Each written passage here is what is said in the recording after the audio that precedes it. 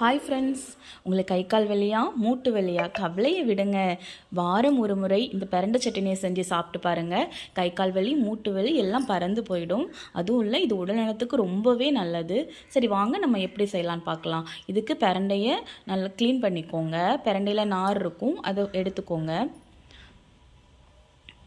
அதை சின்ன சின்ன பீஸ்களாக கட் பண்ணிக்கோங்க. கண்டிப்பாக இது குழந்தைகளுக்கு கொடுக்கும்போது குழந்தைகளுக்கு ரொம்பவே நல்லது. உங்களுக்கு கேஸ் ட்ரபிள் அந்த மாதிரி எந்த பிரச்சனையும் இருக்காது. இதுக்கு தேவையான பொருட்கள் சின்ன வெங்காயம், பூண்டு, இஞ்சி எல்லாம் ஒரு கைப்பிடி அளவு எடுத்துக்கோங்க. இதை நல்லா இப்போ வதக்கிக்கலாம். பொன்னிறம் வரது வரைக்கும் நல்லா வதக்கிக்கலாம். இப்போது இது நல்லாவே பொன்னிறம் வந்துருச்சு. இப்போ நம்ம இதை ஒரு பிளேட்டில் மாற்றிக்கலாம்.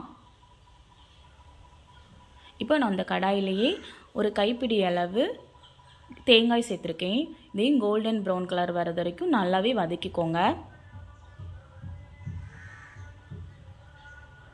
பிரண்டை ரொம்பவே நல்லது.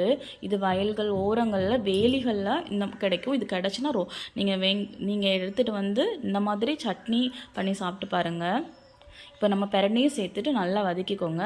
பிரண்டை கலர் சேஞ்ச் ஆகிறது வரைக்கும் நல்லாவே வதக்கணும். அது கூடவே நான் இப்போ ஜீரகம் மிளகு சேர்த்துருக்கேன். அது ஜீரகம் மிளகு தேங்காய் பிரண்டை எல்லாத்தையுமே நம்ம இப்போது மிக்ஸியில் நம்ம இப்போ அரைச்சிக்கலாம். இப்போ அதே சேம் கடாயில் நான் இப்போது கடுகு கருவேப்பிலை போட்டு தாளிச்சுக்கிறேன்.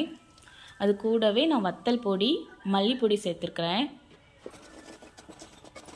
இதையும் நல்லா எண்ணெயிலேயே நல்லா வதக்கிக்கோங்க. இப்படி நம்ம எண்ணெயில் செய்யும்போது ஒரு வாரம் வரைக்கும் இந்த பிரண்டை சட்னி கெட்டு போகாது. இப்போ நம்ம மிக்ஸியில் அரைச்ச விழுதையும் இது கூட சேர்த்துக்கலாம்.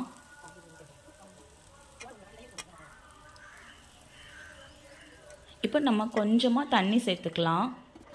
தண்ணி சேர்த்து நல்லா மிக்ஸ் பண்ணிக்கோங்க. அது கூடவே நான் காயத்தூள் சேர்த்துக்கோங்க. பெருங்காயத்தூள் தேவையான அளவு உப்பு சேர்த்துக்கோங்க.